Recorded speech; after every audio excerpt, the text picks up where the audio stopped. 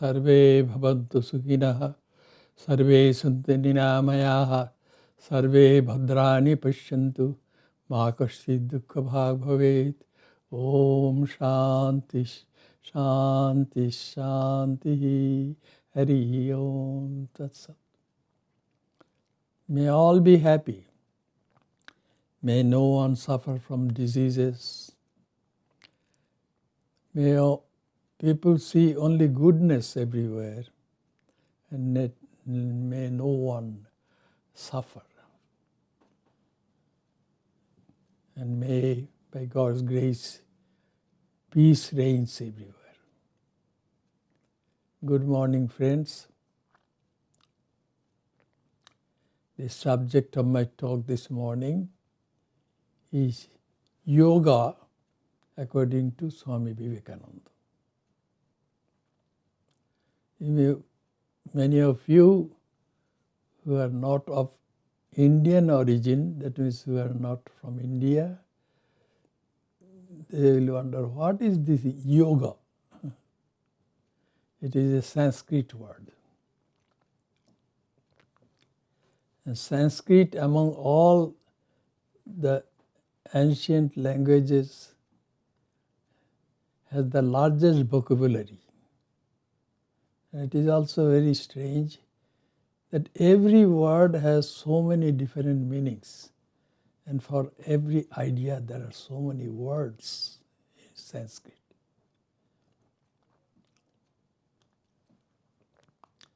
That's why yoga, the word yoga, has more than 30 meanings. It means magic. It means a vehicle. It also means a spy. It also means a traitor. It means endeavor. It means propriety. It means union. It means a yoke. See, you have seen, of course you may not have seen a cart driven by a cow. That is a yoke which connects the cow to the car. And it also means deep meditation. And it also means the school of philosophy founded by the sage Patanjali, and so on. So many meanings. And there is a book in Hinduism, and Hinduism has the largest collection of spiritual teachings. I have explained that in my previous talks, that the word blasphemy is not there in Hinduism. And we call Hinduism Vedanta. Because our ancestors did not know the word Hinduism. It was created by the British when they ruled India for about 200 years. Anyway, so I will use the word Hinduism. So in Hinduism, there are so many scriptures. People may, as the word blasphemy is not there, people may ask all sorts of questions about that religion. And answers to all these questions are also there. That's how the scriptures of Hinduism are vast. And there is a book which is considered to carry the essence of all the ancient scriptures, so to say. It is called the Bhagavad Gita. There is a saying, if you study the Bhagavad Gita, then you don't have to study any other scripture. Because it contains the essence of all. And in the Bhagavad Gita, Sri Krishna, a divine incarnation, is the teacher, and Arjuna, a prince, he was his student, and he was talking to Arjuna. And that conversation is recorded in the Bhagavad Gita. So, the Bhagavad Gita contains the essence of all the scriptures, that is the saying. And it is true because according to Bhagavad Gita, there are more than 10 yogas.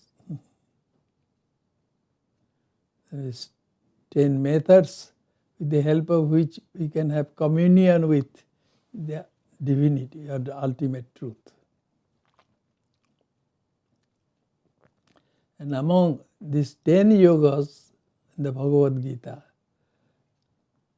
4 of them are the most important. And I will mention them. This is Bhakti Yoga, this is one, Raja Yoga, then Jnana Yoga, and Karma Yoga.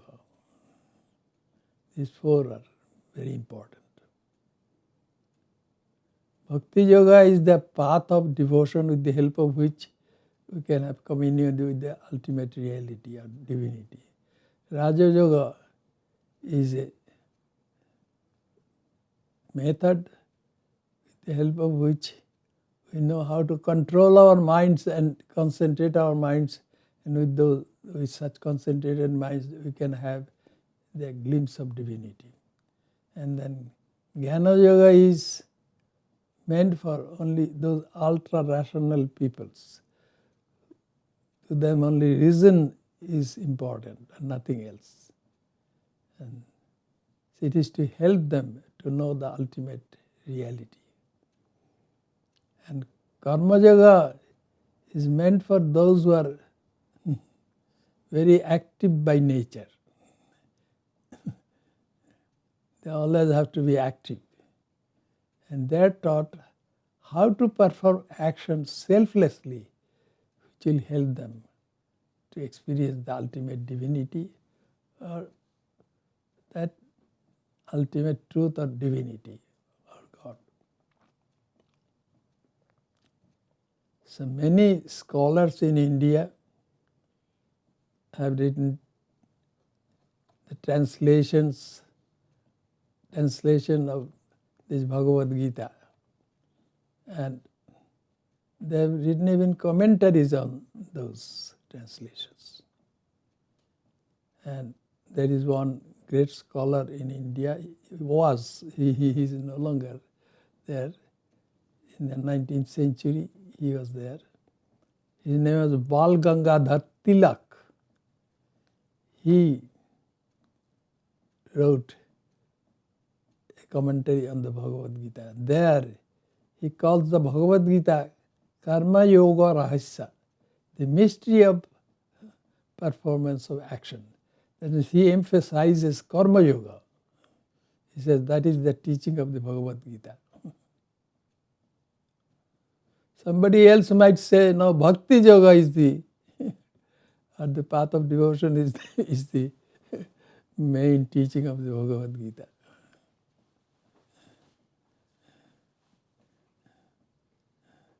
Because at the end of the Bhagavad Gita, Sri Krishna, the teacher, says to Arjuna,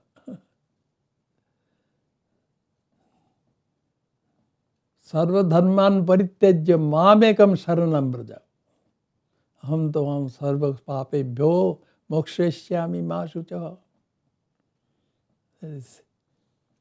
Sri Krishna has already told Arjuna that he was God incarnate. So he says, leaving aside all other practices, religious practices, just surrender unto me and I will liberate you from this world of sins. And don't ever doubt it. That is, Bhakti Yoga. Then again, I mentioned Raja Yoga.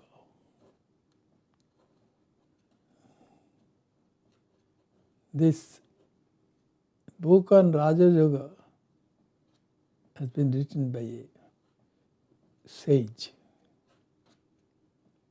And at the end, he tells that by learning how to concentrate and purify the mind, one will have the ultimate divine experience or perfection. But at the end of the book, he says,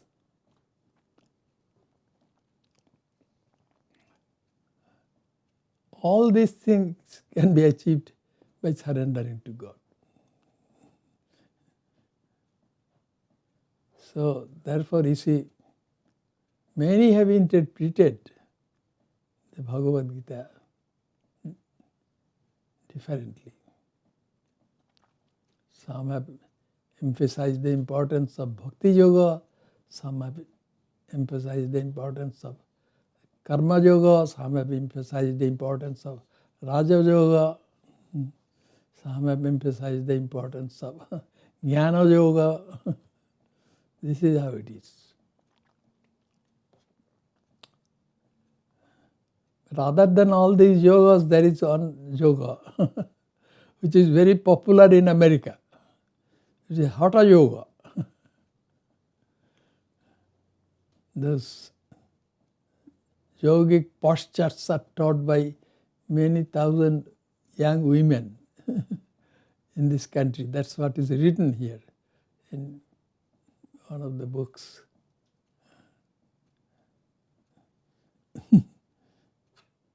And the Hatha Yoga prescribes certain physical postures which are considered very helpful. And eventually Hatha Yoga says that even by practice of Hatha Yoga you may have some experience of God. But truly speaking, it is very difficult to have experience of God, because while practicing Hatha Yoga, you have to think of your bodily postures and so many other things, physical. So I have, on invitation, I have gone to Vancouver, BC in Canada, and there is a Vedanta guru there. And one young man used to come there, Western young man. He said to me, Swami, we started a club and named it Body and Mind Club. Then we discovered after a while that it had become the Body and Body Club. People who are not interested in learning how to improve their minds. They are only interested in improving their bodies. That's what he said. So this Hatha Yoga is very, very popular in America. And also in some countries in Asia also they are practicing Hatha Yoga.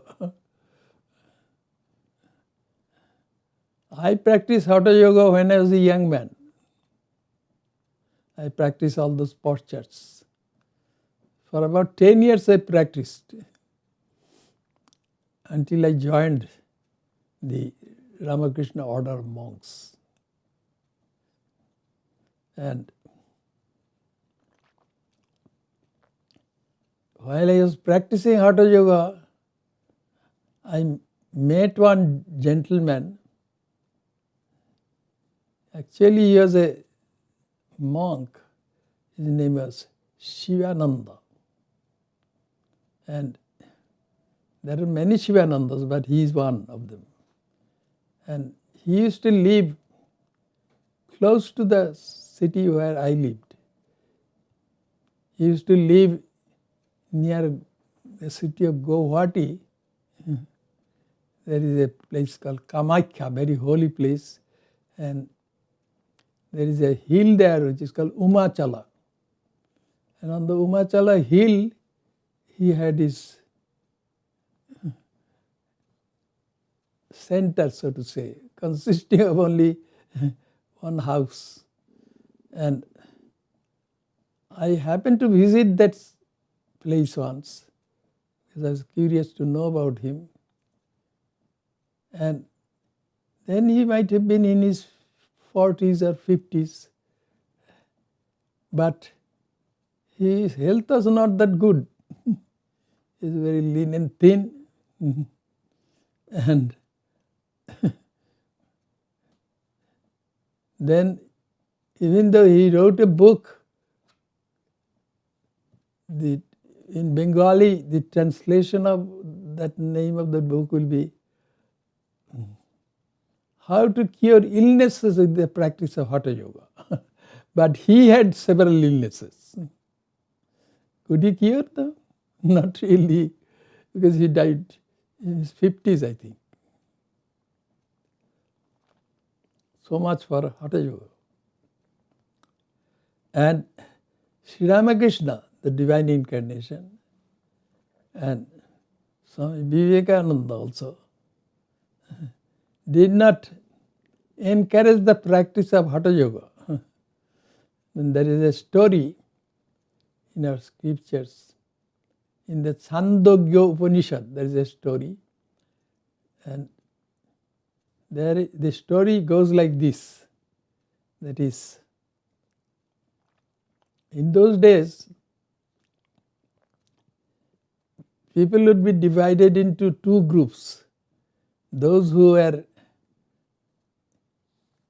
evolved spiritually, they used to call Deva or Sura. Sura means something which shines. And others who are not interested in spiritual life, they were called Asuras because they don't shine. They're all human beings. And some Suras were there living side by side with the Asuras. And in those days there were many, many little kingdoms in the world. And there were some kingdoms ruled by Suras, and then there are other kingdoms ruled by Asuras. And Indra was the ruler of one kingdom. He was a Sura. And there was an Asura named Virochana. He was the ruler of another kingdom. And in the scriptures it is mentioned that there was one Prajapati. He must have been a great saint. He used to say that what you consider your soul, that soul is beyond death and all earthly limitations. The soul never dies. And therefore one should try to know that soul. That will. And Prajapati said, if you can know the soul, one who experiences that soul is called in Sanskrit Atman. Those who experiences the Atman, they get all the desired objects, and after that death they go to very high places of existence. Those are called loka. And Indra and Virochana both had heard about Prajapati's declaration. So they wanted to know the Atman of the soul. And each one practiced celibacy for 3 years, each of them.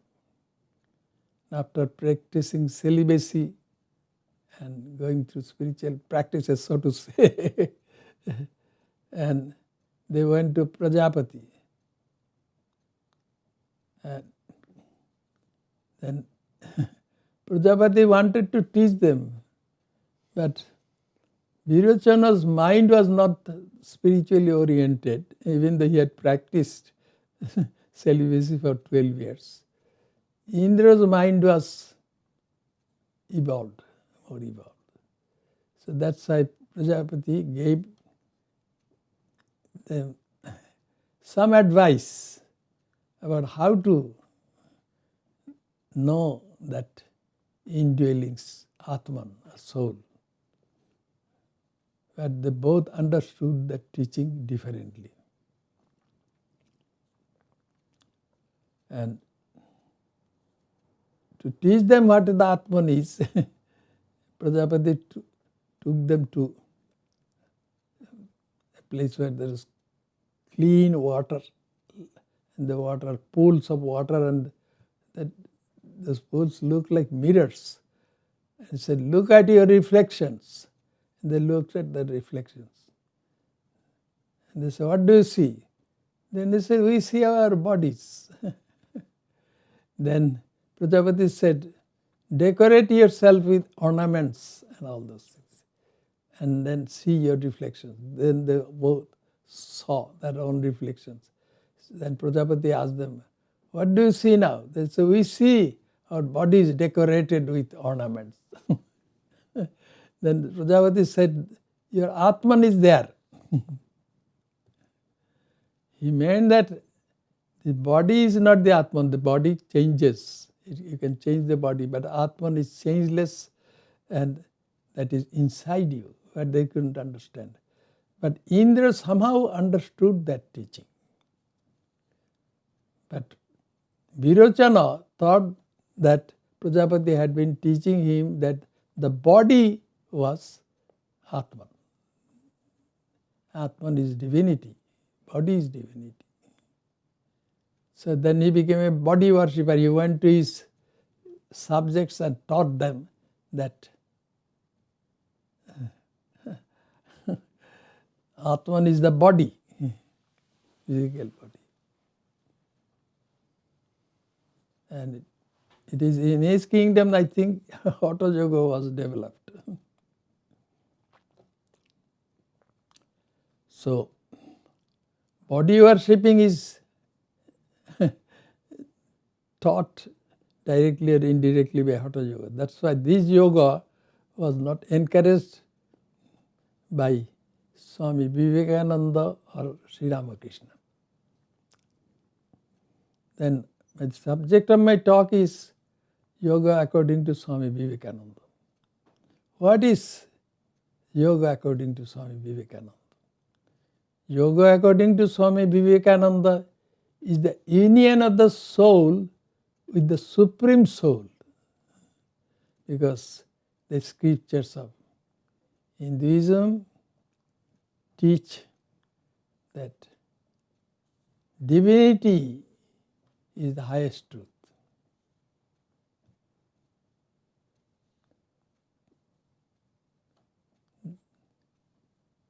And everything is divine.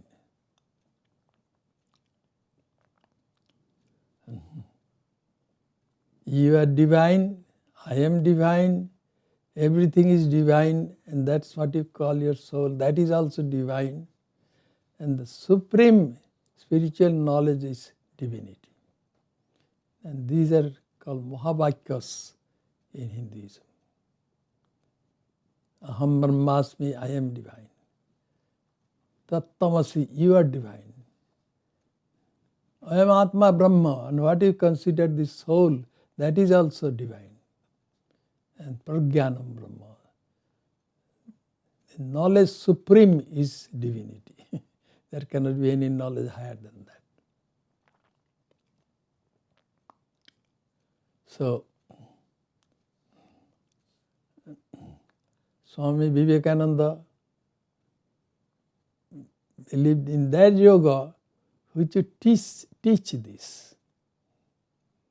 And according to, let us see what these yogas teach. This Raja Yoga, which was founded by the sage Patanjali, teaches eventually that you have to give up anything which stands between you and experiencing the highest truth. You have to give up. You have to learn to control your mind and purify your mind, and with the help of that pure mind you will experience divinity.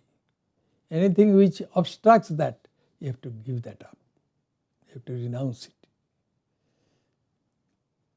And then in Bhakti Yoga, which is the path of devotions, it is said, taught, that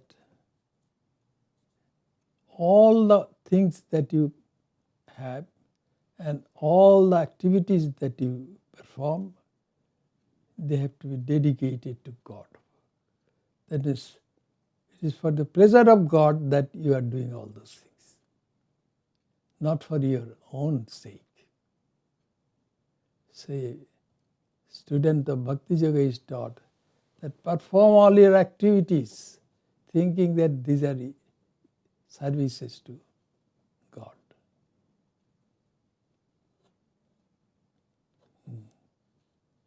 This is taught by Bhakti Yoga. Everything that you do is your service to God.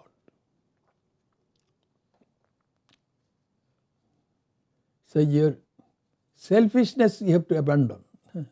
Everything you do is for God. Then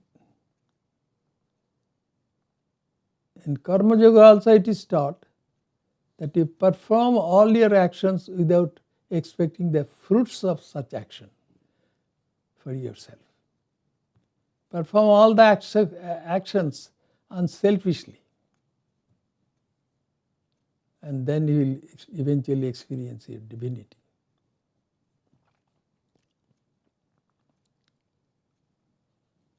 And Jnana Yoga, which is meant for people who are ultra-rational, they argue and you can accept only what is reasonable. Such a person may come to a teacher, spiritual teacher, and say, I don't believe anything which does not satisfy my sense of reason. So that's why this world which I see around me, that cannot be real. And divinity is real, so that this world is not real. Because anything which is real has to be eternal and changeless, because the world keeps on changing. Nothing in this world is eternal. Therefore, this world is not real. This world also can be called a kind of hallucination. That's what they argue. Then the teacher will say, yes, you may dismiss everything as non-existent, but can you dismiss your own existence? And you are the doubter. You are doubting the existence of the world which you experience, but can you doubt your own experience? That must exist according to you. So try to know who you are. And that person then tries to know who he is. And eventually he comes to know that he is not his body-mind complex, body-mind senses or anything. He is not even his ego, because the owner and the object owned cannot be the same. The owner has to be different. So a person owns his physical body as the owner of that physical body. He is not his physical body. He owns his sense organs as the owner of his sense organs. And what are the sense or organ of sight, organ of hearing, organ of smell, and organ of taste, and organ of touch. So he owns all of them. So as the owner, he has to be different from them. Just as an owner of a home has to be different from his home or house. The same way he cannot be his motor organs also. The organ of speech, organ with the help of which he grabs things, that means his hands. And the organ which helps him to move around, that means his feet.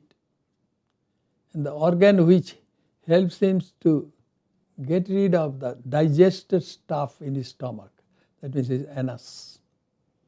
And the organ which helps him to reproduce progeny. So all these organs are called motor organs. And the internal organ is the mind. So that person comes to know that he owns his mind also, because his idea of individual existence is a conscious thought of his mind, I or ego. So this ego, he cannot be his ego. So he has to be beyond his ego. He has to give it up. He has to renounce his ego. And it is ego which causes selfishness. So if he can get rid of his ego, his selfishness is gone.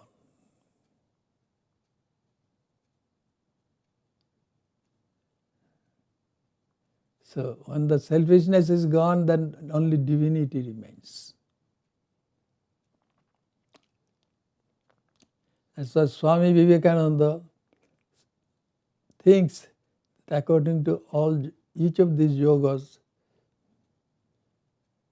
this truth is taught, that is unselfishness is God. God is unselfishness.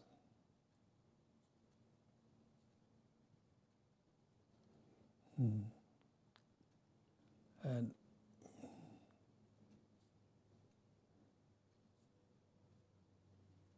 so it is true, because Raja Yoga says this ego or asmita has to be abandoned.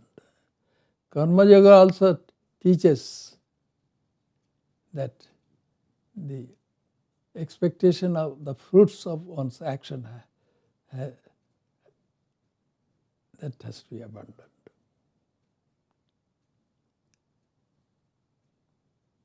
And Bhakti Yoga teaches that everything should be done by God, for God. That is done for God. And eventually the experience will come that he is not the doer of things, it is God who is the doer. So his ego also disappears.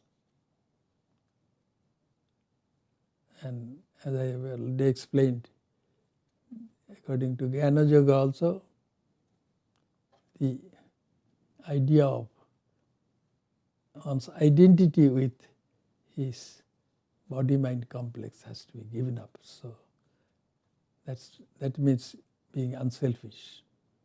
That's why Swami Vivekananda said, unselfishness is God. All the four yogas teach that.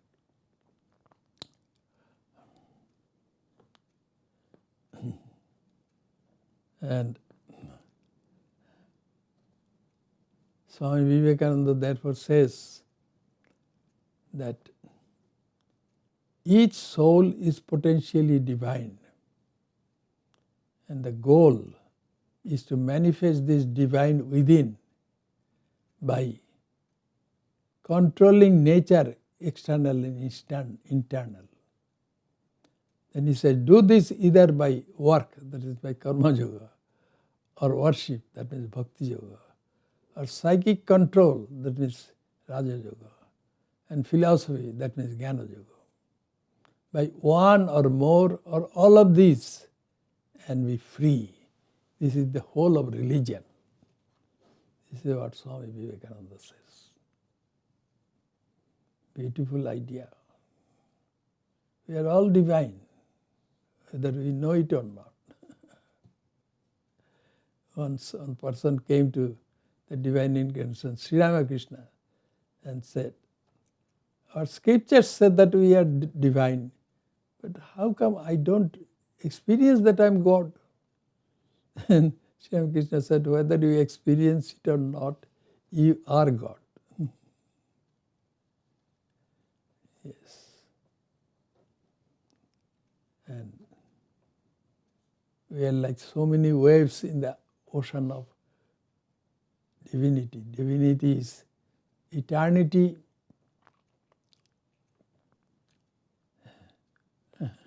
infinity, and consciousness. That is divinity.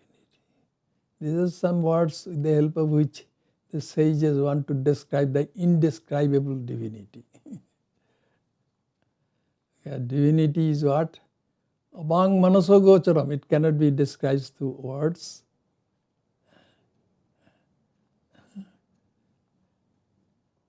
But it can be experienced with a pure mind. Yes. Pure. The mind has to be pure. That is free from selfishness. The mind has to be made unselfish. When it is 100% unselfish, then divinity is manifested. That means the person has got rid of his ego. And when the ego is gone, divinity remains. As I have quoted many times, Sridhara Swami, he was a great sage. He said that we are like so many waves in the infinite ocean of divinity. As long as we are identified with our body, mind and all that, and that in philosophical language is called body-mind complex, as long as we are identified with our body-mind complex, then we think that we are individual beings. But if that identification is abandoned, renounced, then we'll get to know that we are no other than the infinite ocean. We are divinity. There is only divinity is one without a second. Ekam eva dvitiyam. There is no two there. So, this world of many, that will be gone. The world of many is there for a person who is still clinging to his ego. But when the ego is gone, then what will remain is only divinity. So Swami Vivekananda also taught the same thing. Let me repeat. Each soul is potentially divine, he said. The goal is to manifest this divine within by controlling nature, external and internal. Do that either by work or worship or psychic control or philosophy. By one or more or all of these and be free. This is the whole of religion. That is with the help of these four yogas, Raja Yoga, Jnana Yoga, Bhakti Yoga or Karma Yoga. With the help of one or all of them. Use it. And then you become free because you get to know that you are divinity itself. That is our goal. Swami Vivekananda started the Ramakrishna Order of monks called the Ramakrishna Mission in India. And one young man who had joined the monastic order was asked by an elderly Swami, he said, do you know the organization which you have joined, monastic order? Then the young man said, yes sir, I know. What is it? Ramakrishna Mission. Ramakrishna Mission. Then that elderly Swami said, no, it is not Ramakrishna Mission, it is Ramakrishna Machine. What kind of machine? Ego crushing machine. Your false ego that you have, that will be crushed. And how? By that principle which is prominently present in the Ramakrishna Order. What is that principle? Shiva Jnana Jiva Shiva. That means serve all the living beings, looking upon them as Shiva, that means God. That's how the Ramakrishna Order has started some hospitals, and it gives relief to people who are in distress, thinking that they are serving divinity. In the hospital, the patients come, they serve them, looking upon them as divinity. So this teaching is there. And Sri Ramakrishna, the Divine Incarnation, taught Vivekananda, who was his foremost disciple. He said, learn to serve all living beings as God.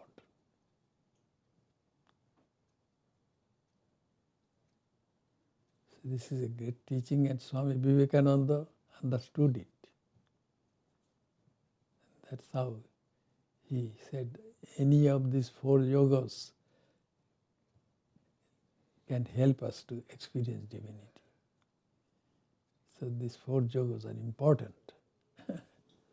All right, thank you very much for your patience.